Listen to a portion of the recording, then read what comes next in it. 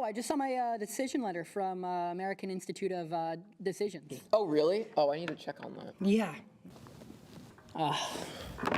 Didn't get in. I need a minute.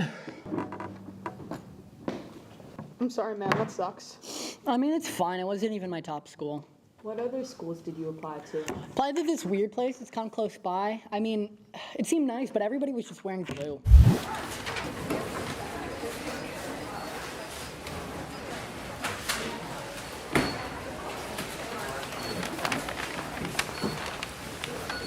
Yeah, I was wondering where the dining hall is. I couldn't find it. Okay, thank you. Can I get some more olives, please? The food was excellent, though. And you're not gonna go?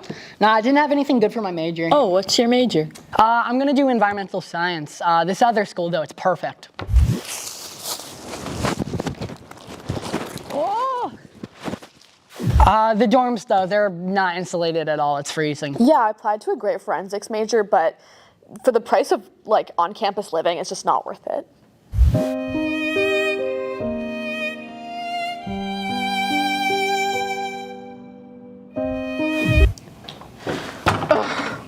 Why is it so complicated? All these institutions. Why isn't there just a good college with, like, good food and good dorms that's, like, affordable? Clock that. Guys, you guys will never believe what I just remembered. I was looking through my safeties, and I remembered this place that I got into. The parties are lit. This place is gonna be awesome. Yeah, no, I get this. Yeah, I get it now. Yeah, you're right, Michael.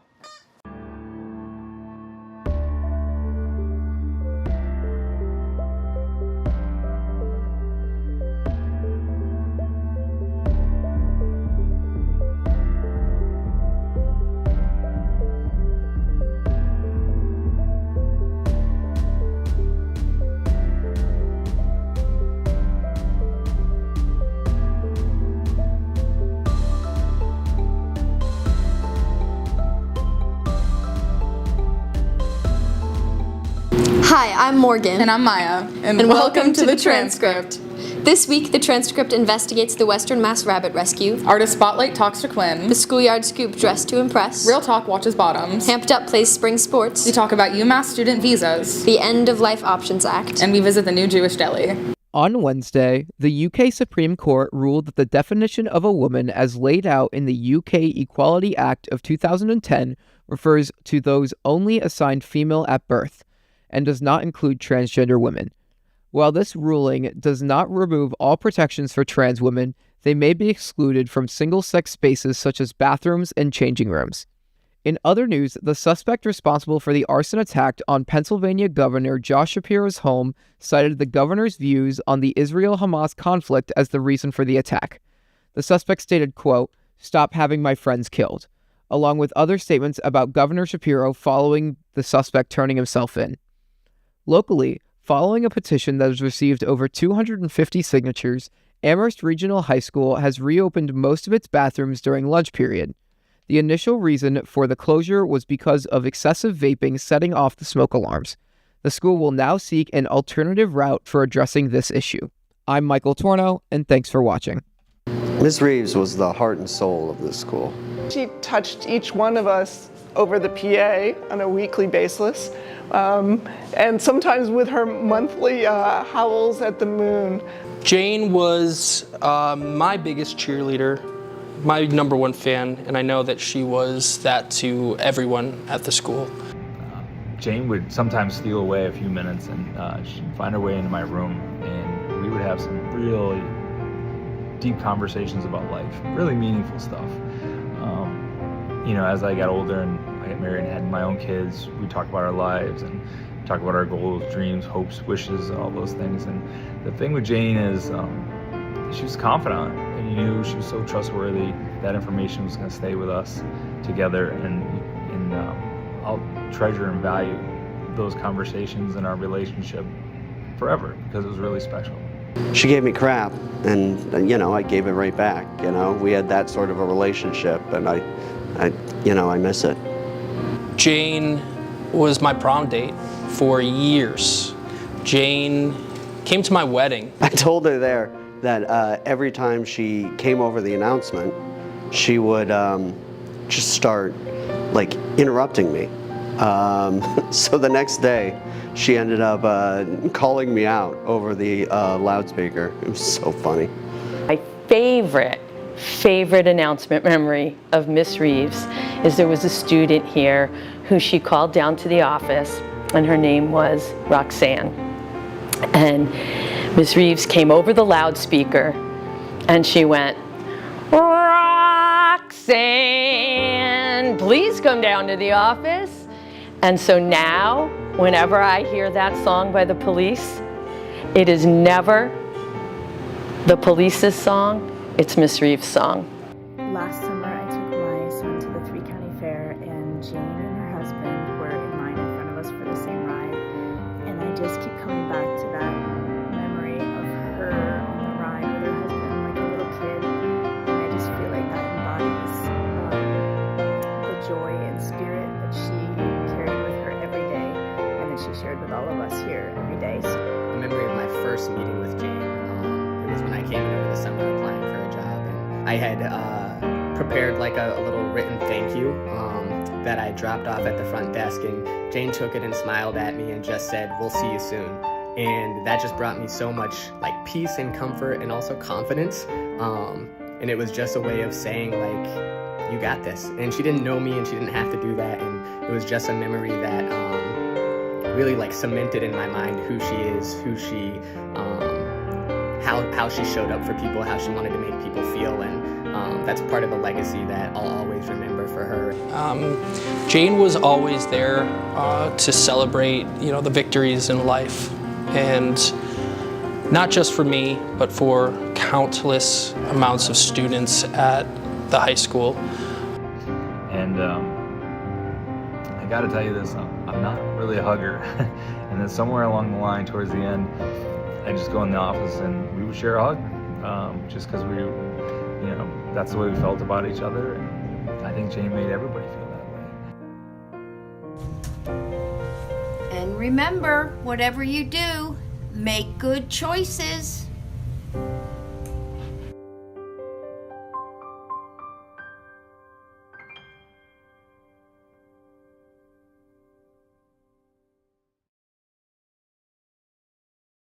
With Easter coming up, lots of people may be considering getting a pet rabbit, but this is not likely to last. Among the bunnies adopted on or near Easter, 80% die or abandoned within the year.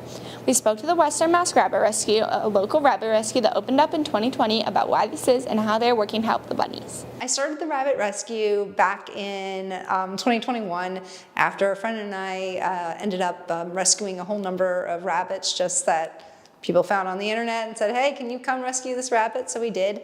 And then we realized we got getting more and more calls and more people contacting us.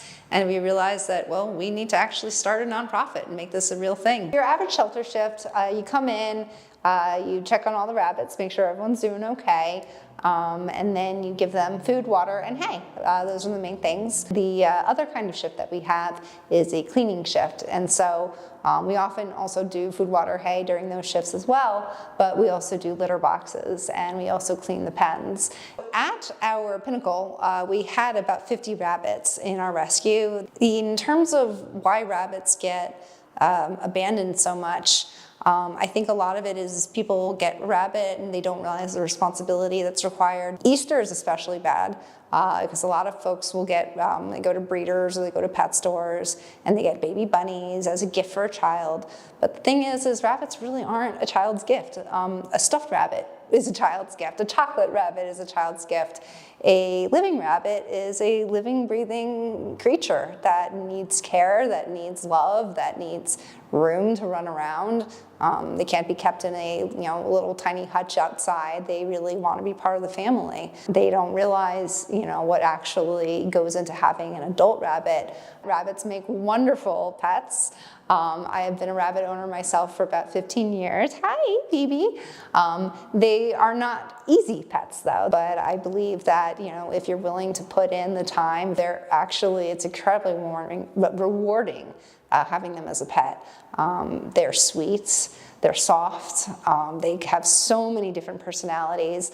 Some of them are a little more spicy, have a little bit more personality, bigger personalities. Some are shyer, some are bolder, some are super friendly. Some love to cuddle with you, some absolutely do not want to cuddle with you, kind of like people. They come in every personality that you can imagine. If someone wants a pet bunny, I would say adopt, don't shop. Go to a shelter or go to a rescue. And the reason being is they will already be spayed or neutered, which is good because it can be very expensive to do that, and they'll be vetted. The other thing is to go to rabbit.org, which is the website for the House Rabbit Society, and it is a wonderful place for everything you need to know about caring for domestic rabbits. If you would like to donate to the Western Mass Rabbit Rescue, please do so via the link on the screen. Thank you for watching. Good. Hello and welcome to Artist Spotlight. I'm Quinn and I'm a junior at NHS. I have taken concepts in art and drawing and painting because I wasn't able to get into concepts in art as a freshman, so not taking honors art 3 and 4, but I'm just taking 1 and 2 next year. I do all kinds of art. I really like painting, especially oil painting, acrylic painting, watercolor, and I also really like drawing with colored pencils or like anything. I have been doing art for my whole life, yeah, since preschool I've been drawing. I actually don't remember, I just have always been into it. I really like using color because I feel like it has a lot more to give than just like black and white. It's more interesting to me. Yeah, I also like painting because it's like harder, so I can challenge myself more. I'd say my favorite is probably this one. It's called Quinn's Park. My inspiration was I just wanted to draw a big landscape that was in my style, not very realistic. Yeah, I included a lot of people I know, so it's like pretty personal to me. And yeah, it took me a while. This is a fountain with a character I made when I was in like 5th grade at the top. This here, it says Quinn's Park, and there's like a mosaic design of a flower. Well, this one, I was like thinking about climate crisis stuff, so this one's about the forest burnings in Indonesia. So yeah, I drew like happy rainforest and then like being burned down, which is like really sad because it's purposeful and it's not a wildfire. Okay. This painting is a city underwater. Basically, I just wanted to draw a realistic landscape, which is here. This is downtown Northampton, but then I wanted to make it more unique, so I decided to make it underwater, which is showing how in the future, one day it will be underwater, but instead of making it all sad and stuff, I kind of made it creative and did like coral people, made it like ocean themed. This painting is of 2 of my sisters in the car. This is an oil painting. I usually start with a pencil sketch and then I add full detail in each section. I just like go section by section. This one took me like about 8 days. This one took me a few weeks. This one took me a few months. I think, yeah, try new things. I took ceramics class, which is like new to me, and I really was fond of it, even though I wasn't really sure what I'd think about it. All right. Thanks so much. Thank you.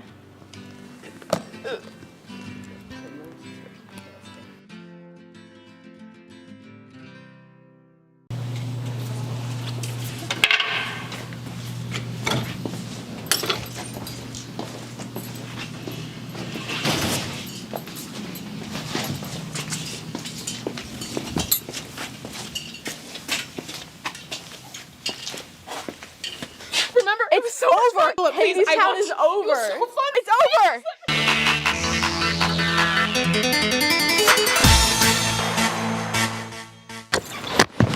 Welcome back to the Schoolyard Scoop. This week, we went into the costume closet to see what historical costumes we still have. Some of our friends modeled them.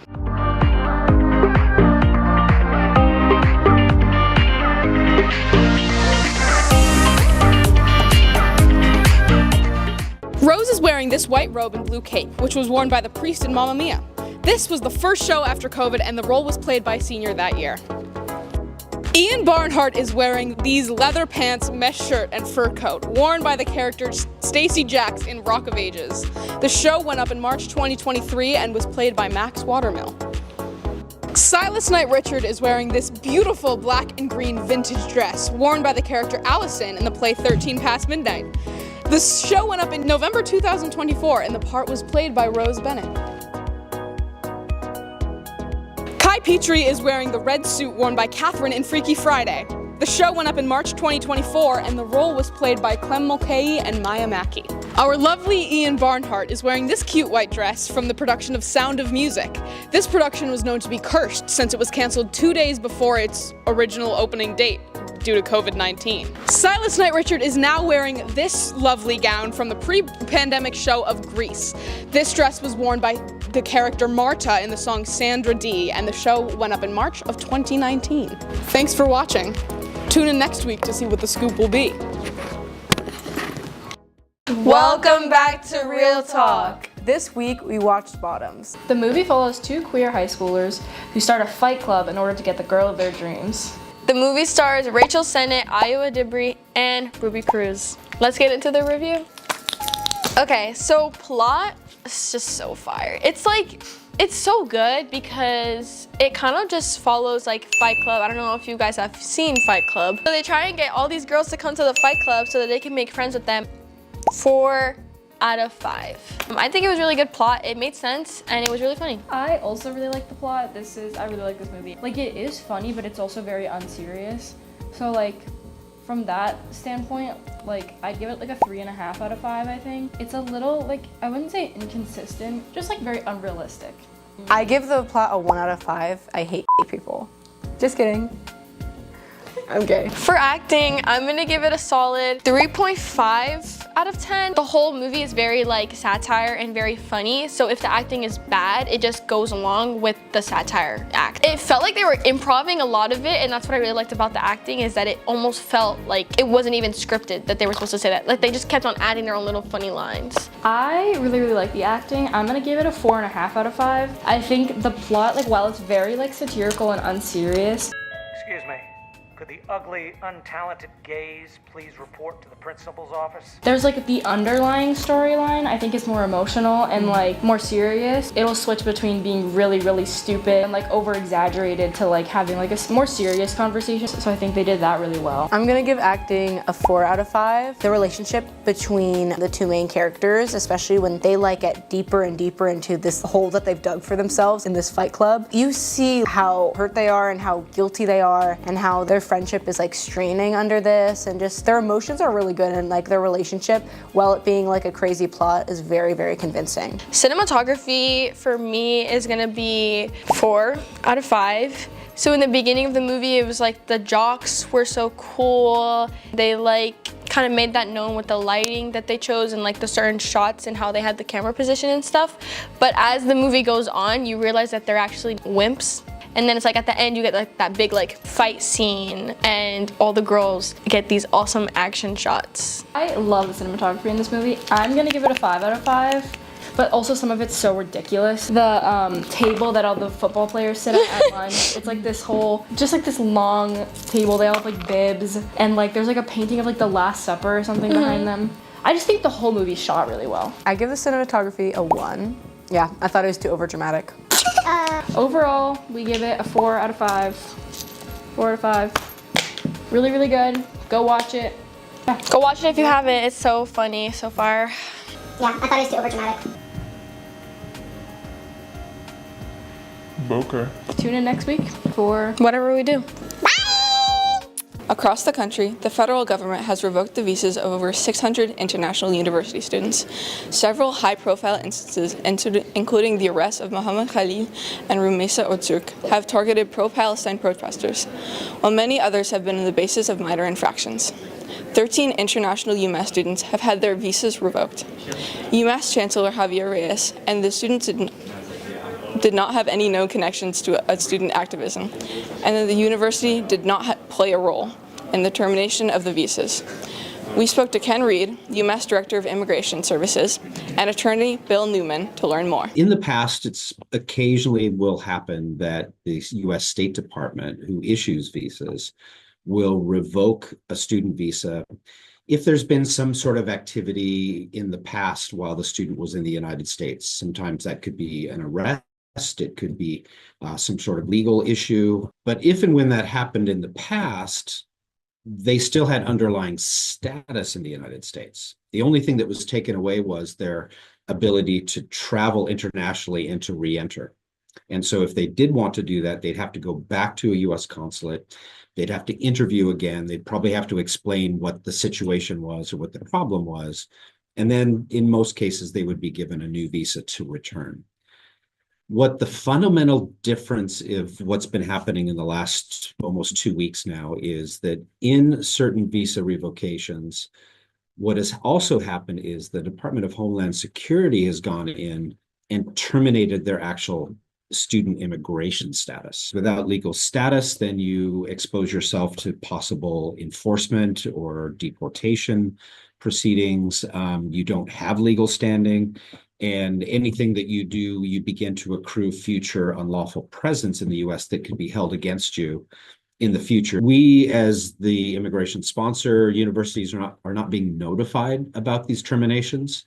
So it's really up to us to manually go into an immigration database that we have to comply with and constantly be checking these termination lists. We don't quite know exactly what's happening behind the scenes right now, but there is speculation that the federal government's using AI to just kind of sweep information out there. Some of it might have connections to something, and what we've seen, unfortunately, is that a lot of these cases are not really anything that would rise to the level, certainly, of a termination of status. It's a wholesale disregard for due process, a wholesale disregard for fairness, is a wholesale disregard of the First Amendment. The government is not giving reasons, perhaps because they don't have them, but we don't know because they're not saying. The government seems to think that if you disagree with them on any issue, that it has the right to revoke your status as a person in this country. That is enormously frightening for persons who are immigrants, for persons who are visitors, for persons on visas, and for everyone else in the country as well. Because if the government can do that to a disfavored group, the disfavored group today, it will do that to a more disfavored or a differently disfavored group tomorrow. UMass is providing legal aid and mental health support for students who have been affected. Thanks for watching, and see you next week. The End-of-Life Options Act, also known as Death with Dignity, is a bill that allows terminally ill people to make an informed decision to end their life by drinking a medicinal cocktail. The bill has been passed by 11 U.S. jurisdictions, and local proponents hope to see it passed in Massachusetts as well. We spoke to Representative James O'Day, an ethics professor and a hospice care worker, to learn more. The terminology for being able to access medical aid in dying is that someone has a terminal illness. And terminal illness is artificially determined to be 6 months or less of life. When we in hospice have somebody enrolled in hospice, we all have the same goal: make sure they're comfortable and that they are roughly in the last 6 months of their life. 6 months, I think, is an appropriate amount of time. I understand that some people think there is a real difference there, that there's something about the act of actually taking a life. It's just sort of held up as something that's wrong. You know, thou shalt not kill is not quite the same as thou shalt not let die. And that's often grounded in some sort of a view about differences in the rights or duties that are involved in particular actions, not so much in the consequences of the actions. What training would I need to have to participate and feel comfortable with medical aid in dying? Just knowing the bill and the law and its regulations. Many other physicians, if they wanted to participate, would probably want to have some more training and make sure that it's the right thing for them to offer to their patients. There has never been an issue or an incident of any kind of coercion, right, where, you know, it wasn't strictly left to the decision of the individual. It all comes down to the amount of expected suffering. And if those two are the same, then I don't see any sort of categorical difference between letting someone die and killing them. The question of whether hospice staff will be able to participate in medical aid in dying, supporting somebody doing it, could be impacted by the personal connection that the worker, whether they're a doctor, nurse, chaplain, volunteer, or the home health aide that sees the person the most actually, they could have a real bond with that person and feel very sad that that person is contemplating taking medicine to die sooner. So that could impact the staff. But we have impacts all the time. Thank you for watching. If you'd like to learn more, read the Massachusetts Bill Summary for Act H.2505/S.1486. Recently, the Transcript received an inside scoop. A Jewish deli is opening in downtown Northampton. The new deli, called Lichter and Levin, will be open at 1 Market Street where the race used to be. We spoke to the owners of the upcoming business as well as some people excited to become customers. Sure, what a kosher deli is. And just to be clear, it's not, I wouldn't say kosher style. I would say it's more traditional Jewish style, right? Because kosher is different. But it's a deli that specializes in food that's traditional in the Jewish tradition in America, and a lot of it that dates back to, you know, the 19th century and is kind of rooted in the experience of Jewish people in America. So I don't know if I'll have a signature dish necessarily, but a lot of the stuff that we really want to be doing is, we definitely want to have things like pastrami or corned beef or matzo ball soup, or a lot of the things that people these days don't know as much about, things like derma or kasha varnishkis, all that kind of stuff. So the signature is kind of just traditional Jewish food. So we're trying to source as much as we can from the local area. That's what we'd like to do. We'd also like to make as much of it as we can in-house. The one tricky thing is going to be bagels. We got to figure out bagels because they are hard, but we will figure that out, I'm sure.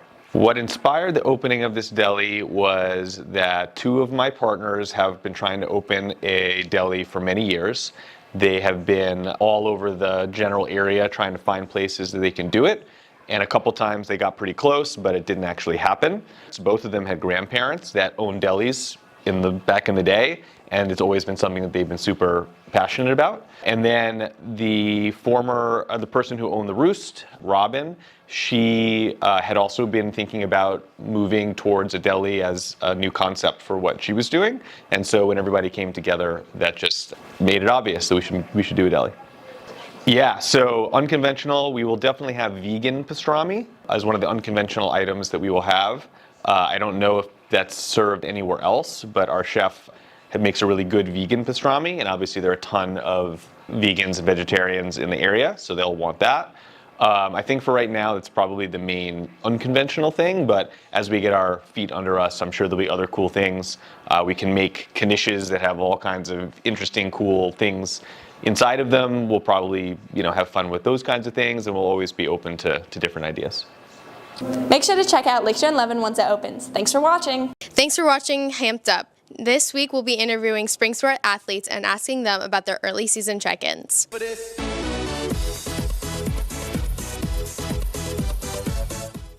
We haven't really had much of a challenge yet so far.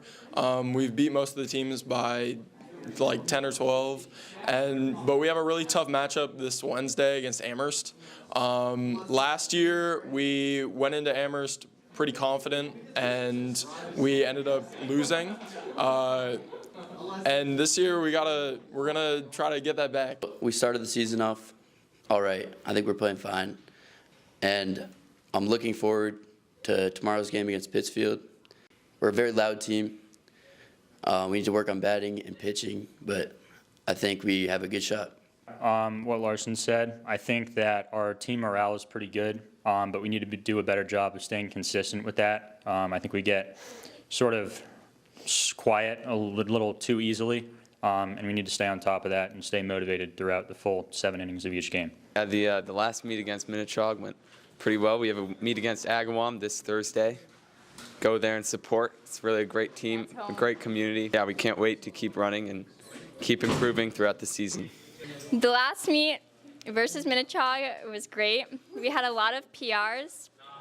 I think the freshmen have a lot of potential. So right now we are 2-3 for our season. I would say that the team is really gelling nicely. We have a lot of new 8th graders on varsity this year, which has been amazing. I absolutely love each and every one of them, and they're all a really great addition to our team. I think the pitching has really helped us this year because that's something we had been missing in the previous years, but we have 2 8th graders who are really good pitchers, and that's getting us like a chance to really work on our infield and like all of that, just supporting our pitchers. So the girls lacrosse team, we've had like 4 or 5 games so far. And we're 4-1 right now, or 3-1, so we've been doing really well. And I think the main reason for that is we just have so much skill and passion for the sport. We have a lot of players who care a lot about this team and about lacrosse, and it's so clear in the way that they play and the way that they practice. And I think that's something that's definitely been propelling us towards success this year. I think we all also work really well together. There's a lot of team chemistry. Our tennis season has been going good. It started a little rough, but I think it took some time to get used to the new coaching and like adjusting to it, but now we're on a little streak of winning, and we have 3 more matches this week. We're playing Minichog today, and we have a home match tomorrow against Amherst, and then on Friday we have an away match at West Springfield, so I'm hoping for the best. Thanks for watching Hamped Up. See you guys next week. Hi, I'm Kate. I'm Jazzy. And we are from the Civic Engagement class here at Northampton High School. As part of our class, we support different local organizations within our community through either fundraising or donations. The next couple of weeks, we're actually going to be asking for donations of children's books. They can be new books or books that are in great used condition. We are going to take those books and then donate them to the Parent Center, which is here in Northampton as well. The books can be dropped off in 107 by May 1st. So we would really greatly appreciate your support.